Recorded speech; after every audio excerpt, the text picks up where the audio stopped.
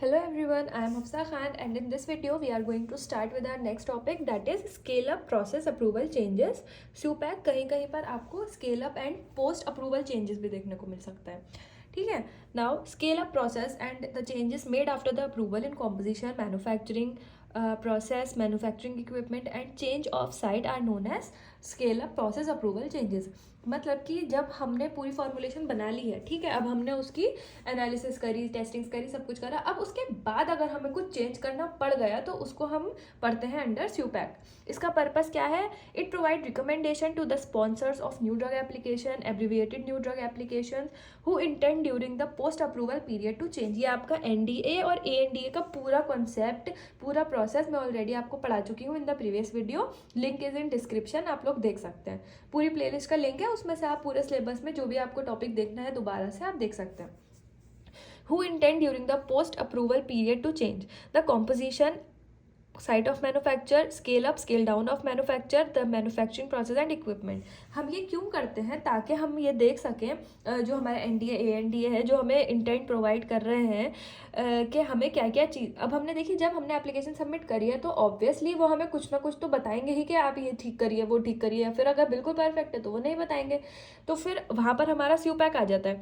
क्या क्या चेंजेस हो सकते हैं? या तो हमारे कॉम्पोजिशन में चेंज हो, या फिर हमारी मैन्युफैक्चरिंग साइट में चेंजेस हो. अब हमें उसको स्केल अप करना है या फिर अभी हमें स्मॉल स्केल पर ही बनाना है, वो हो गया हमारा. एंड मैन्युफैक्चरिंग प्रोसेस, क्या हम जो प्रोसेस यूज़ कर रहे हैं, कभी कभी ना क्या होता है कि जो हम प्रोसेस यूज़ करते हैं या फिर कुछ हमने ऐसा इक्विपमेंट यूज़ कर लिया जो बहुत ज़्यादा हमारे फॉर्मुलेशन पर हार्श है, बहुत स्ट्रेंथ लग रही है उसको हमारे प्रोडक्ट के ऊपर, तो उससे क्या होता है, उसका जो एफिकेसी है वो ऑल्टर हो सकती है. सो इसीलिए हमारी इसके प्रोसेस और इक्विपमेंट जो हम यूज़ करें उसमें भी कभी कभी चेंजेस होते हैं. SUPAC गाइडलाइंस क्या क्या हमारी डिफाइन करती है? सबसे पहले वो डिफाइन करती है लेवल ऑफ चेंजेस, या तो माइनर चेंज है, या मॉडरेट चेंज है, या मेजर चेंज है. कुछ छोटा मोटा चेंज है, या फिर ठीक ठाक चेंज है, या फिर बहुत बड़ा कुछ चेंज है.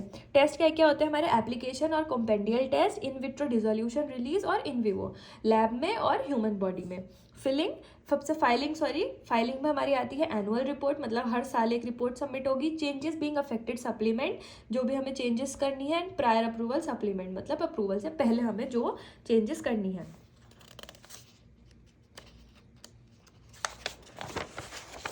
ये मैंने आपको एक टेबल फॉर्म में बना लिया है ताकि पढ़ने में थोड़ा इजी होगा, वरना ये थोड़ा सा ना कॉम्प्लिकेटेड है.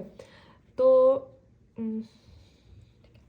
सबसे पहले हो गया हमारे ये टेबल बनाई है मैंने. लेवल 1, 2 और 3 लिखा है, और यहाँ पे हमारा क्लासिफिकेशन है कि हम उसमें एक्चुअल में देखते क्या है. ये हमारे हो गए डॉक्यूमेंटेशन, और हमें फाइलिंग कब कब करनी है उसकी. ठीक है, तो इससे आपको पूरा कॉन्सेप्ट क्लियर हो जाएगा. सबसे पहले आता है हमारा level 1. It is unlikely to have a detectable impact, मतलब ये ऐसा चेंज होगा कि मतलब कुछ एज सच बड़ा इम्पैक्ट नहीं पड़ेगा इसकी वजह से. तो क्लासीफाई हम इसको करते हैं क्वांटिटेटिवली 10% और less change in the approval amount of preservative, मतलब कि हमें बस 10% या उससे भी कम अमाउंट चेंज करना है. टेस्ट डॉक्यूमेंटेशन आती है इसमें, एप्लीकेशन और compendial requirement, preservative effectiveness, test at the lowest specified preservative level, and filing हम इसकी एनुअल रिपोर्टिंग करते हैं. लेवल 2 में आता है वुड हैव सिग्निफिकेंट इम्पैक्ट, मतलब कि हाँ अगर लेवल 2 के चेंजेस हैं तो हाँ उसके चेंज होने से कुछ इफेक्ट पड़ रहा है, कुछ डिफरेंस आएगा. इसमें आता है हमारे 10 to 20% चेंज आ जाएंगे. एप्लीकेशन और कंपेंडियल रिक्वायरमेंट होंगे, और सेम हमारी टेस्ट डॉक्यूमेंटेशन रहेगी, पर जो हमारी फाइलिंग है तो वो हमारे चेंजेस इफेक्टिव होंगे, और हमारी रिपोर्ट एनुअल ही रहेगी. ठीक है, अब आगे हमारे level 3. It is likely to have a significant impact, मतलब जब लेवल 3 के चेंजेस होंगे तो हाँ कुछ अच्छा खासा उसमें फ़र्क पड़ेगा. Greater than 20% change in the approved amount of preservative और यूज़ ऑफ डिफरेंट प्रिजर्वेटिव्स, मतलब हम इसमें मोर देन 20% चेंज करेंगे. तो अब इसकी जो कंपेंडियल टेस्ट डॉक्यूमेंटेशन है वो सिमिलर ही रहेगी, पर for new preservative analytical method for identification, और ऐसे के लिए हमें वैलिडेशन स्टडीज़ कंडक्ट करनी होंगी और प्रिजर्वेटिव इफेक्टिवनेस टेस्ट करने होंगे. ठीक है, अब और इसका जो फाइलिंग है वो इसकी भी एनुअल रिपोर्टिंग ही रहेगी. गाइडेंसेस देख लेते हैं. FDA has issued various guidelines for SUPAC. इसमें हमारे पास है IR, MR और SS. IR बताता है for immediate release solid oral doses form, MR बताता है for modified release solid oral doses form, and SS बताता है for sterile semi solid doses form.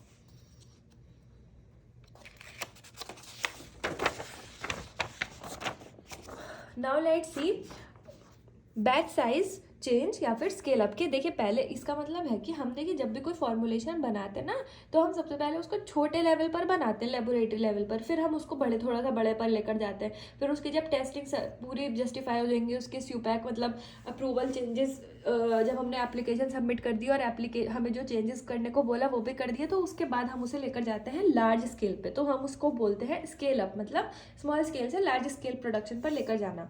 Changes in the size of batch from pilot scale biotech material to larger production batches, as I have already told कि pilot मतलब छोटे scale पे और larger पे लेकर जाना मतलब कि इंडस्ट्रियल लेवल पर लेकर जाना। Complies with CGMPs, current good manufacturing practices. No change in SOPs, मतलब जो हमारे स्टैंडर्ड ऑपरेटिंग प्रोसीजर्स है उसमें किसी तरह का कोई चेंज नहीं होगा, ना ही कोई फॉर्मुलेशन और मैन्युफैक्चरिंग प्रोसीजर्स में जो एक हम इक्विपमेंट्स यूज़ कर रहे हैं उसमें भी किसी तरह का कोई चेंज नहीं होगा, जब यहाँ पे हमारा बैच पूरी तरह से एक्सेप्ट हो चुका है, हम बोल सकते हैं, ठीक है, फिर ही हम उसे लार्ज स्केल पर लेकर जाएंगे। All scale up changes should be properly validated, जितने भी हमारे स्केल अप चेंजेस हैं वो हम पहले से वैलिडेट करेंगे, उसको एक बार रीचेक करेंगे और उसको डॉक्यूमेंट करेंगे। The minimum batch size for pivotal clinical trial batch or bio batch be at least 1 lakh dosage units or 100 kg or 10% of a production batch, whichever is larger। जो भी larger है इनमें से वो वाला हम चूज कर लेंगे। मैन्युफैक्चरिंग चेंजेस में आते हैं हमारे चेंजेस अफेक्टिंग इक्विपमेंट्स या फिर चेंजेस अफेक्टिंग मैन्युफैक्चरिंग प्रोसेस। अब या तो हम इक्विपमेंट जो यूज़ कर रहे हैं उनमें कुछ चेंजेस करेंगे, या फिर हम जो प्रोसेस यूज़ कर रहे हैं परफॉर्म करने में उसमें हम चेंजेस करेंगे। Appropriate validation studies are conducted, या फिर हम क्या करते हैं, हमारी वैलिडेशन स्टडीज़ को परफॉर्म करते हैं। स्यूपैक की कुछ लिमिटेशंस हैं क्या, they have not been updated for main guides, ठीक है, 1995 टू 1997 के बाद से वो अपडेट नहीं हुआ है। डजंट डिस्कस मल्टीपल चेंजेस, अगर मल्टीपल चेंजेस है उसके बारे में कोई गाइडलाइंस नहीं है। Does not cover modified equipment, modified equipments को कवर नहीं करता। It must be use in conjugation with other references like excipient handbook.